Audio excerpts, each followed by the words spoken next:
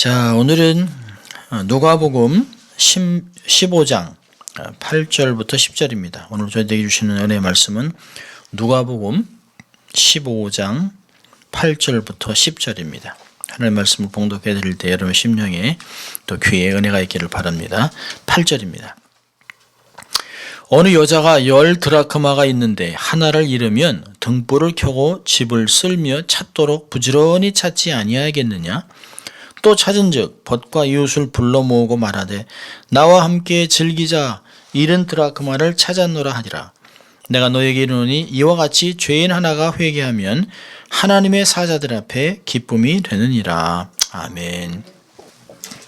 자, 오늘도 또 가슴에 양손을 얹고 한번 두 번 외쳐보죠. 나는 하나님의 특별한 사랑을 받은 사람입니다. 두 번 합니다. 나는 하나님의 특별한 사랑을 받은 사람입니다. 나는 하나님의 특별한 사랑을 받은 사람입니다. 아멘. 예. 여러분 참 잘 오셨습니다. 예, 반갑습니다. 여러분 중요한 것과 중요하지 않은 것의 가치는 평상시에 잘 모릅니다. 사실 짐승도 그 자리가 휑 하잖아요. 없으면. 근데 사실 그 어떤 것의 가치는 그것을 잃어버린 후에 비로소 중요하구나 아니구나를 우리가 알 수 있습니다. 중요하지 않은 것은 잃어버린지도 모릅니다. 그냥 없었나 생각도 안 하고 살아가죠. 근데 중요한 것은 갑자기 느낍니다. 없다. 이거 어떡하지? 라고 해서 희생과 대가를 치러서라도 어떻게 해서든지 찾아냅니다.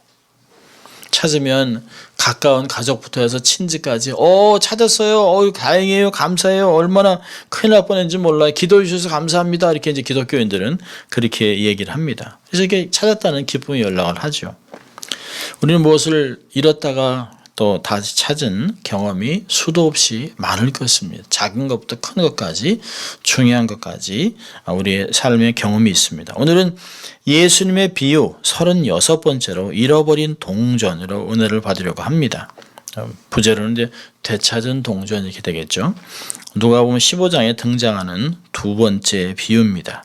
자, 오늘 본문의 배경을 지난주도 말씀드렸습니다만 보충 설명을 한다면 예수님이 사시던 그 당시에는 유대 사회에서 엄격하게 금하고 있는 것이 죄인, 세리, 창기들과 식사 교제를 하는 것이에요. 그들과 가까이 하지도 않습니다. 이렇게 병든자들하고는 더 말할 것도 없습니다. 그들은 그 동네 밖에 있고 하고요. 특별히 이렇게 세리, 창기들하고는 교제를 하지 않습니다.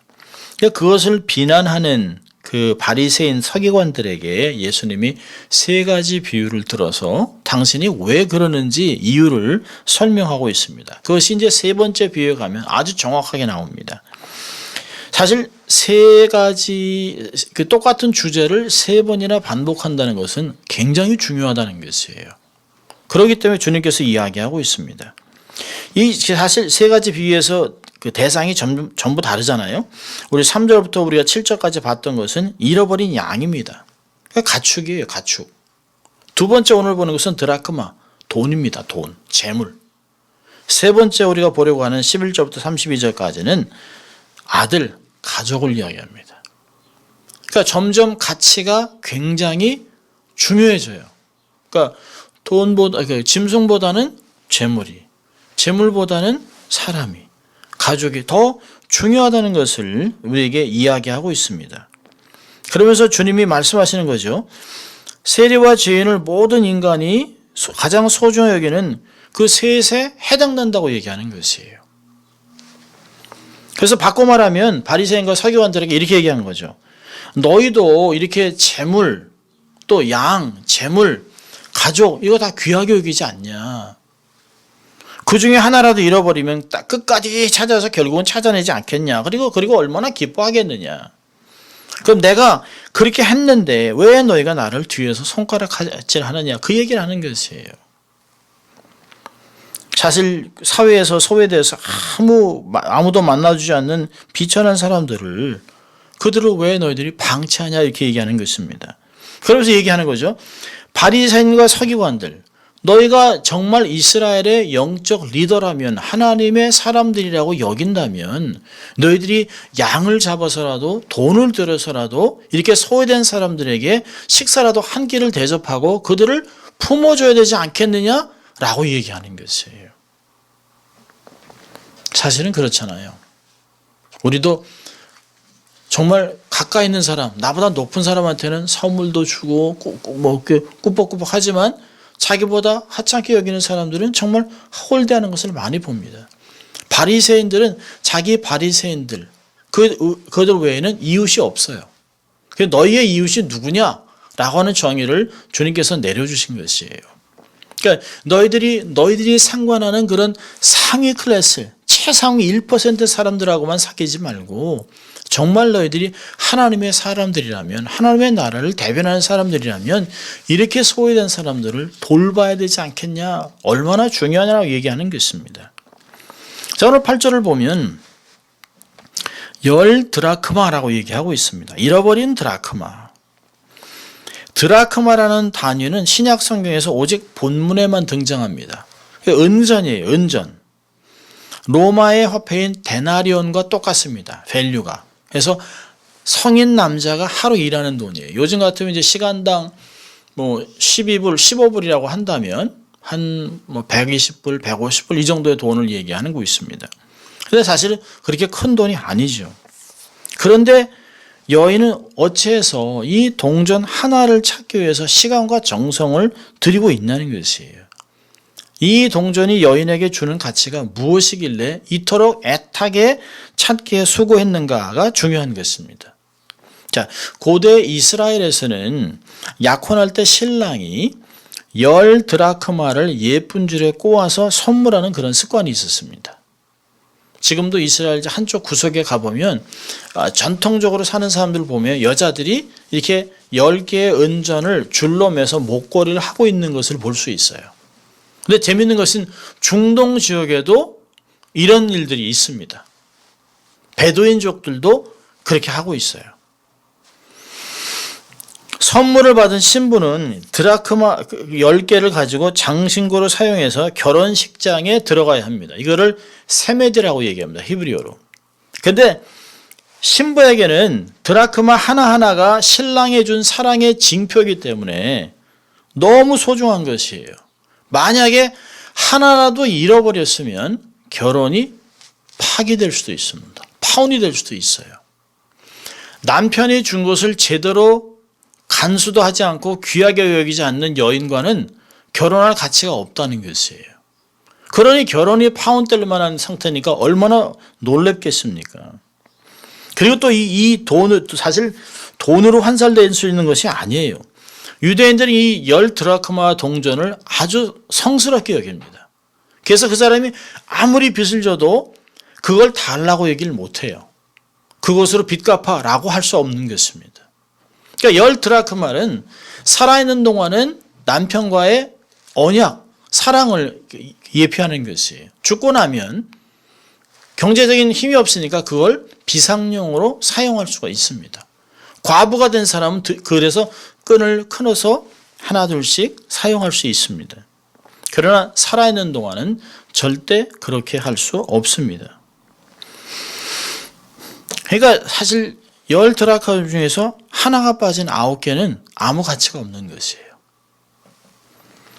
남이 볼 때는 별게 아닐 수도 있습니다. 그런데 자신에게는 너무 중요합니다. 결코 잃어서는 안 되고 잃었다면 반드시 찾아놔야 되는 것입니다. 결혼이 파혼될 수도 있는 것이에요. 예수님이 10드라크마가 있는데 하나를 잃어버리면 이라는 이야기를 할 때 벌써 주위에 있는 다른 사람들은 아이쿠 그 여자 큰일 났네 라고 이야기를 했을 것입니다. 만약에 한국 같으면 사주단자를 가져왔다가 길에서 잃어버린 거예요. 이게 뭔 일인가? 뭐 이런 얘기하는 거겠죠. 폐물 갖고 왔다가 다 잃어버렸다는 그런 얘기와 같은 것입니다. 그러니 이 남편에게 정혼할 때 남편에게 받은 드라크마를 잃어버렸으니 이 사람이 결혼을 할 수 있을까? 이 사람이 이제 앞으로 많은 사람들한테 손가락질을 당할 텐데 이 사람은 어떻게 살아갈까? 아이고 딱해라 불쌍한 여인라고 하는 마음들을 공감대를 가졌을 것입니다. 어떻게든 다시 찾으려고 하고 원래 가격보다 더 많은 돈을 들여서 그것을 찾아내려고 할 것이에요. 아마 현상금도 걸 것입니다. 그래서 이것을 찾은 여인은 이웃을 불러서 찾았다 라고 하면서 잔치를 합니다. 그러니까 그 사실 쉽게 얘기해서 150불 잃어버렸다 밖에 나가서 그냥 돈 벌어 와서 그냥 150불 채울 수 있는 그런 것들이 아닙니다. 독특하게 만들어진 열드라크마입니다. 자, 이 여인은 이 잃어버린 것 때문에 등불을 켜고 집을 쓸며 찾도록 부지런히 찾습니다. 찾을 때까지. 이 집의 구조를 보는 것이 이 비유를 이해하는 데 도움이 되죠. 요즘 같으면 뭐 방바닥에 떨어지면 뭐 편편하니까요. 카펫도 아니고 요즘은 이제 되게 플로어가 딱딱하고 반질반질하니까 금방 찾습니다. 또 캄캄하면 플래시라이트나 등을 켜면 되는데 그 당시에는 창문이 없는 집들입니다. 집이 아주 작고 사방이 막혀 있어요. 지붕 위에 조금 벽돌 한두 개를 빼서 공기를 통하게 할 뿐이지 안은 캄캄합니다. 창문은 오직 공공기관과 부잣집에만 있었습니다. 그러니까 대낮에도 캄캄합니다. 더군다나 바닥은 이렇게 나뭇잎 가지를 놓기도 하고 얇게 넓은 화강암 같은 걸 놔요. 그러니까 이게 걸으면서 밑에서 습기가 올라오지 않도록 딱딱한데 그런 돌 밑에 동전이 들어가면 찾기가 너무 어렵습니다.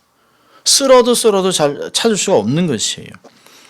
그런 동전들이 이제 요즘 같으면 고고학자들의 부삽에 걸려서 올라올 수도 있습니다. 못 찾으면. 쉽지 않습니다. 이 이야기를 듣는 사람들은 아이고 어떻게 하나 그걸 어떻게 찾지? 캄캄한데 바닥도 이럴 텐데 어디서 찾나? 라고 이야기합니다. 바닥에 울퉁불퉁하고 나뭇과 가지 있으니까 어지럽게 흩어져 있으니까 동전을 찾기가 만만치가 않습니다. 어디 구석에 딱 박혀 있거나 돌 밑에 들어가 있으면 힘듭니다. 그 여인은 등불을 켜서 방 안을 밝히고 종려나무로 된 빗자루를 가지고 집안 구석을 쓸면서 집안을 주의 깊게, 여기 찾도록 부지런이라는 단어는 주의 깊게 눈에 불을 켜고 자세히 찾는다는 것이에요. 구석구석을 뒤진다는 의미가 있습니다. 최선을 다해서 찾습니다. 찾으면 찾고 말면 말고 하는 그런 적당한 자세가 아니에요. 있을 만한 장소를 다 뒤졌습니다. 그러다 마침내 반짝거리는 은전의 빛을 보았거나 아니면 딱딱한 바닥에 구르는 은전의 소리를 들었을 것입니다. 그 순간 그녀의 불안과 이제 염려는 다 사라지고 여기서 얘기하죠. 찾았다, 유레카라고 하는 단어를 쓰고 있습니다. 그래서 찾은즉 벽과 이웃을 불러 모으고 말하되 나와 함께 즐기자 이른 드라크마를 찾았노라 하리라. 기쁨을 이웃과 나누고 즐거워하고 있습니다. 내가 잃어버린 그 동전을 찾았다는 것이에요. 청소하다 운 좋게 동전 하나 주운 그런 것이 아니죠. 소중한 동전을 찾았다고 말하고 있습니다. 하나님은 잃어버린 영혼을 찾는 일에 쉬지 않으세요. 지금도 열심히 일하고 계십니다. 예레미야는 잃은 자를 부지런히 찾고 계시는 하나님의 심정을 예레미야 35장 15절에 이렇게 얘기합니다. 나도 내 종 모든 선지자를 너에게 보내고 부지런히 보내며 이르기를 너희는 이제 각기 악한 길에서 돌이켜 행위를 고치고 다른 신을 쫓아 그를 섬기지 말라. 그리하면 너희가 나의 너희와 너희 선조에게 준 이 땅에 거하리라 하여도 너희가 귀를 기울이지 아니하며 나를 듣지 아니하니했느니라. 하나님께서 잃은 자를 위하여 선지자들을 부지런히 보내시고 계셨어요. 사실 우리도 생각해 보면 우리가 저절로 하나님을 잘 믿은 것 같지만 사실은 그렇지 않습니다. 내가 자라오면서 하나님이 얼마나 많은 사람들을 내게 보내셨을까요? 초등학교 때, 또 동네 이웃이, 아니면 중학교 때, 고등학교 때, 대학교 때 주위의 사람들이 내게 예수 믿으라고, 교회 가자고 또 이런 것들을 많이 했을 것이에요. 믿음의 사람들이 우리에게 왔기 때문에 우리가 여기에 있는 것입니다. 하나님께서 우리 영혼을 부지런히 찾으셨기 때문에 구원을 받고 하나님의 자녀가 된 것입니다. 아멘. 얼마나 감사한지 몰라요. 사실 우리가 나 하나님 믿을래 라고 했던 민족이 아닙니다.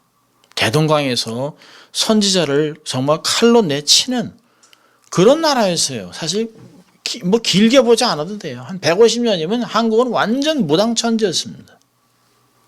근데 그 나라를 하나님이 선지자를 보내고 순교를 당하고 그러면서 조선이라는 땅을 하나님이 세우셨어요. 지금 그렇게 하나님의 역사를 감당하게 나라로 만들어 주신 것입니다. 자, 10절을 보면 우리 10절 같이 읽습니다. 내가 너에게 이르노니 이와 같이 죄인 하나가 회개하면 하나님의 사자들 앞에 기쁨이 되느니라. 네, 7절과 같이 지난주에 본 것 같이 사실은 핵심은 여기 있어요. 하나님은 이렇게 8절과 9절에서 이렇게 하시기 때문에 너희들은 회개해야 된다.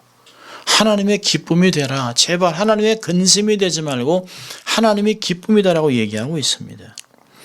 여러분 보면 참 이 말씀을 하면서 주님이 아마 두 종류의 사람들을 다 생각하고 있었을 것이에요. 죄인은 평상시에 스스로 생각해도 내가 죄를 지은 게 많아서 이렇게 여기고 있습니다. 아유, 내가 뭐 팔자가 뭐 이렇죠 뭐. 만약에 창기나 세리한테 물어보면 아유, 제가 무슨 낯짝이 있겠다고 이렇게 뭐 예배드리러 가겠습니까? 그런 얘기 할 것이에요. 비록 자기들이 죄 가운데 있다 할지라도 하나님의 형상을 갖고 있기 때문에 양심은 살아 있습니다. 그런데 그들에게 누구도 함께 예배드리자고 얘기하지 않습니다. 바리새인은 그들에게 딱 정해놓습니다. 너희들은 죄인이기 때문에 이 선을 넘으면 안 돼. 너희들하고 교제할 수 없어. 더러워. 라고 이렇게 딱 선을 그어놨습니다. 다른 방법이 없는 거예요. 그 선을 넘을 길이 없습니다. 그러니까 이들 안에는 늘 고통이 있습니다. 자기들은 구원을 받을 길이 없는 것이에요. 소망이 없는 것이에요. 그냥 근근히 먹고 사는 것이에요. 그러니까 세리장이 돈이라도 벌어야겠다 생각을 하는 것입니다. 자, 그런데 이렇게 자기들이 구원을 포기하고 있는데 충격적인 사건이 발생합니다. 마태복음 9장을 보면 9절에 예수께서 그곳을 지나가시다가 마태라 하는 사람이 세관에 앉은 것을 보시고 이르시되 나를 따르라 하시니 일어나 따르니라. 여러분, 세리 마태는 꿈도 꾸지 못했어요. 어떻게 자기 같은 사람을 랍비가 제자로 받아들이냐는 것이에요. 있을 수 없는 일입니다. 아마 서기관이나 그 바리새인들 같으면 당장 따르시지 못해 이렇게 얘기했을 것이에요. 어디 저런 인간을 저런 죄인을 제자로 받아들이냐고. 당신이 랍비야? 라고 그랬을 것이에요. 아마 그런 마음들이 다 있었을 것이에요. 그들이. 당시로서는 가히 혁명적인 사건입니다. 단순히 교제하는 것만으로도 사실은 추궁당하고 출교당할 수 있어요. 그런데 랍비가 세리를 제자로 삼았습니다. 유대사회에 금방 소문이 났겠죠. 야, 예수라는 젊은 랍비가 세리를 제자로 받아들였대. 사실 마태도 그 부름을 받을 때 얼마나 사실은 마음에 충격이 왔겠습니까? 돈도 많이 벌고 로마 당국의 권세까지 행사할 수 있는 그 좋은 직업을 딱 버리고 곧바로 주님을 따랐습니다. 물론 성령님의 강하게 역사했기 때문에 주님의 부르심에 사실은 순종을 했겠지만 틀림없이 마태 쪽에서도 자기의 직업을 크게 회의하고 내가 정말 이렇게 부당하게 대우를 당하고 있는데 내가 이렇게 살아야 되나? 라고 생각하고 있을지도 몰라요. 나는 어떻게 하면 구원을 받을 수 있을까? 그러니까 사람들이 얘기하잖아요. 선생님이 어떻게 하여 구원을 받겠습니까? 무슨 선을 해야 되겠습니까? 라고 이렇게 질문이 있었습니다. 그런 중에 주님이 그를 제자로 불렀습니다. 그리고 마태의 집에 식사를 갈 때 세리와 죄인이 정말 문전성시하듯이 그렇게 사람이 많이 참석해서 식사교제했습니다. 그것 때문에 사실 바리새인들이 그에 대해서 지적하고 동일한 논쟁이 있었다고 마태복음은 기록하고 있습니다. 그동안 마태는 주님을 따르면서 사실은 율법에 대해서 새롭게 많이 배웠을 것이에요. 아, 이게 정말 전통에서 내려오는 장로의 유전이 아닌 하나님의 마음이 정말 말씀이 이렇구나라고 하는 것을 새롭게 깨닫고 있었습니다. 그러니까 주위에 많은 세리들이, 창기들이, 소위 죄인이라고 하는 사람이 병자들까지 주님 앞에 나오기 시작했습니다. 아주 유별난 랍비에 대한 자랑을 아마 사람들이 많이 얘기했을 것이에요. 예수님은 세리와 죄인들을 가식적으로, 형식적으로 대한 적이 한 번도 없습니다. 그들을 동원해서 무슨 정부를 전복하고 싶은 그런 계획도 없었습니다. 그런데 세리와 죄인들은 자기들 때문에 세상에서 수치를 당하고 핍박을 당하고 있는 예수를 보게 되는 거죠. 우리들 때문에 우리하고 교제 안 했으면 저런 얘기 안 들을 텐데 마치 예수님은 자기들을 위해 정말 세상 끝까지 가줄 수 있는 그런 랍비라고 생각을 하는 것이에요. 지금도 유대인들이 뒤에서 비난하고 있는데 바리새인과 서기관들이 원망하여 가로되 이놈이 죄인을 영접하고 음식을 같이 먹는다 이렇게 대놓고 얘기하는 중에도 그런 중에도 사람들은 예수님이 자기들 편에 서줄 것을 확신하고 이분과 함께라면 비방과 정말 멸시를 받아 좋다는 생각으로 맨 앞자리에 나와서 말씀을 듣는 것이에요. 여러분 바리새인과 서기관들이 이 사람들을 차별한 것은 그들에 비해 조금 우월하다고 여기는 정도가 아닙니다. 사회적인 신분과 계급은 물론이고 인간됨의 성품, 품위 등에서 자기들과 완전히 다르기 때문에 도저히 따라올 수준이 안 되는 인간들이기 때문에 밥도 같이 먹으면 안 된다, 밥 먹기 싫다라고 얘기하는 것이에요. 요즘 얘기한다면 예수님이 배설한 잔치상을 두 집 엎은 것이에요. 예수님이 많은 사람들에게 구원의 잔치상을 냈는데 와서 두 집 엎는 것입니다. 사실은 이 내용이 점점 사실은 잃어버린 아들의 내용에서 아주 구체화되고 있습니다. 이런 바울이 고린도 교회에게 권면한 말씀을 보면 고린도전서 1장 26절부터 29절까지 이런 얘기합니다. 아마 고린도 교회 안에서도 아마 사람들을 차별하고 아마 계급을 가지고 사람들을 함부로 취급을 했나 봐요. 이렇게 얘기합니다. 형제들아 너희를 부르심을 보라. 육체를 따라 지혜로운 자가 많지 아니하며 능한 자가 많지 아니하며 문벌 좋은 자가 많지 아니하도다. 그러나 하나님께서 세상에 미련한 것들을 택하사 지혜 있는 자들을 부끄럽게 하려 하시고 세상에 약한 것들을 택하사 강한 것을 부끄럽게 하려 하시며 하나님께서 세상에 천한 것들과 멸시받는 자들과 없는 것들을 택하사 있는 것들을 폐하려 하시나니 이는 아무 육체도 하나님 앞에서 자랑하지 못하게 하려 함이라. 하나님 앞에서는 특권층들이 없어요. 도토리 기적이에요.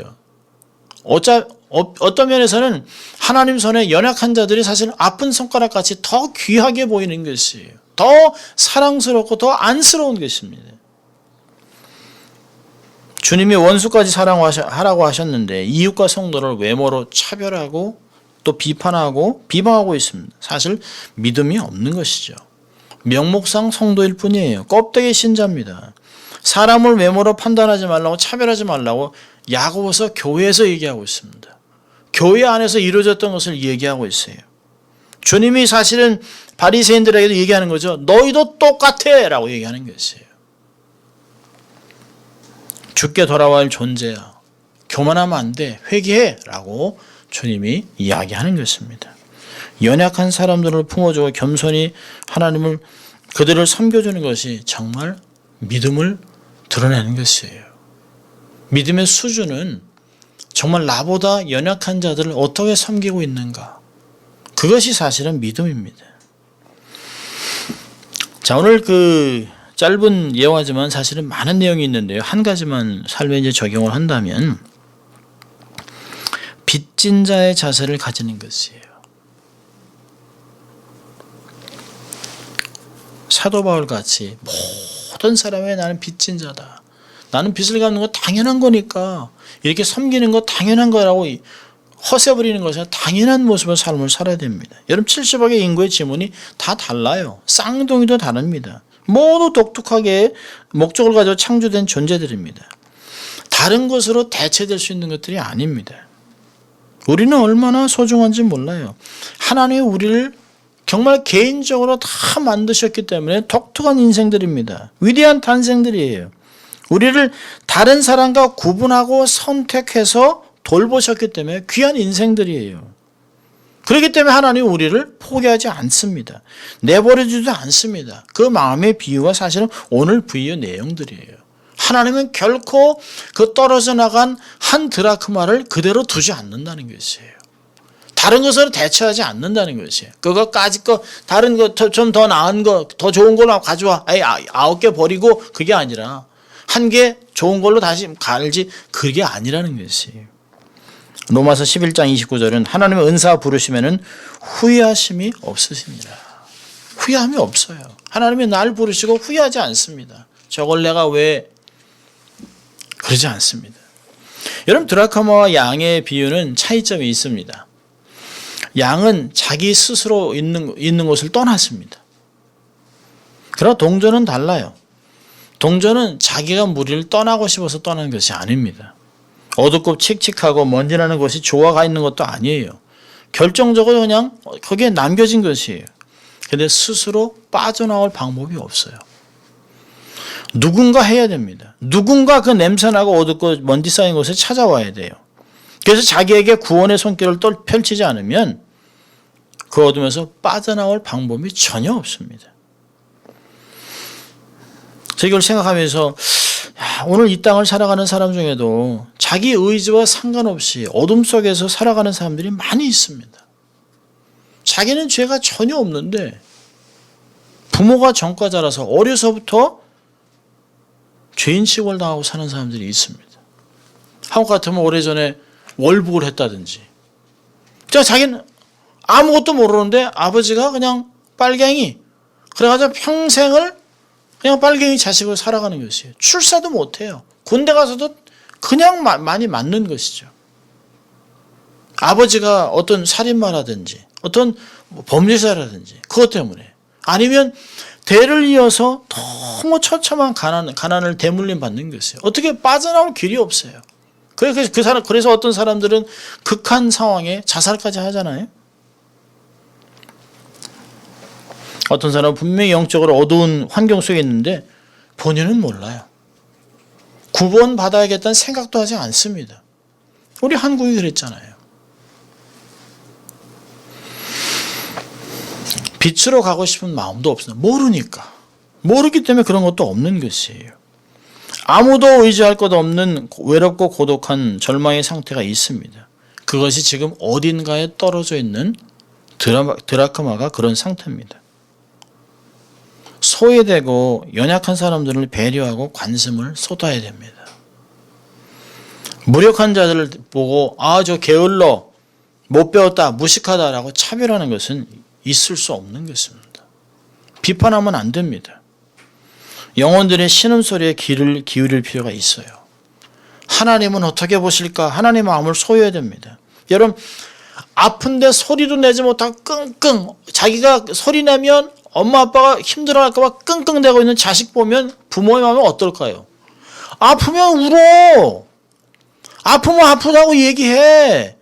엄마 아빠가 도와줄게. 모든 걸 다 해서라도 너희를 도와줄게. 왜 혼자 끙끙대? 그렇게 얘기하지 않겠어요? 남자는 울면 안 돼. 기독교인은 왜? 아니요, 울어야 돼요. 우리는 힘들면 울어야 돼요. 그래서 우리의 삶에 스트레스를 풀 필요가 있습니다. 소리내서 울 필요도 있어요. 근데 사회는 그러지 마라고 얘기합니다. 우리는 정말 어깨를 빌려주기도 하고, 그들이 정말 목 놓아 울 수 있도록 품어주기도 하고, 그들을 정말 필요한 게 있으면 도와줄 필요가 있습니다. 적은 교회지만 그래도 홈레스들을 돕고 주위에 있는 사람들을 도와야 되는 이유가 있는 것이에요. 어떻게 해서라도 우리는 도와줘야 합니다. 로마서 1장 14절에 바울이 헬라인이나 야만이나 지혜 있는 자나 어리석은 자에게 다 내가 빚진 자라. 열방을 섬기는 자로 살아가는 것이 바로 선민사상입니다.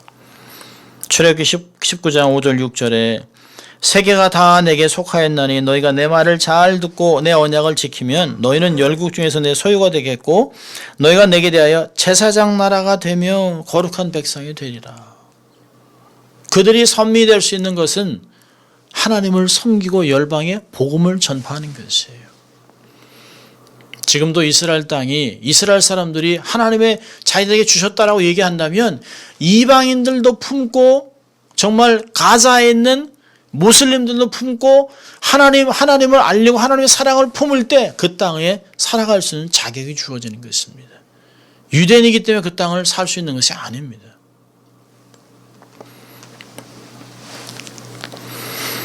우린 정말 우리의 가진 재물, 재능, 건강을 가지고 연약한 존재들, 특히 소리도 내지 못하고는 음지에 있는 자들에게 손을 내밀어 구체적으로 섬겨야 됩니다.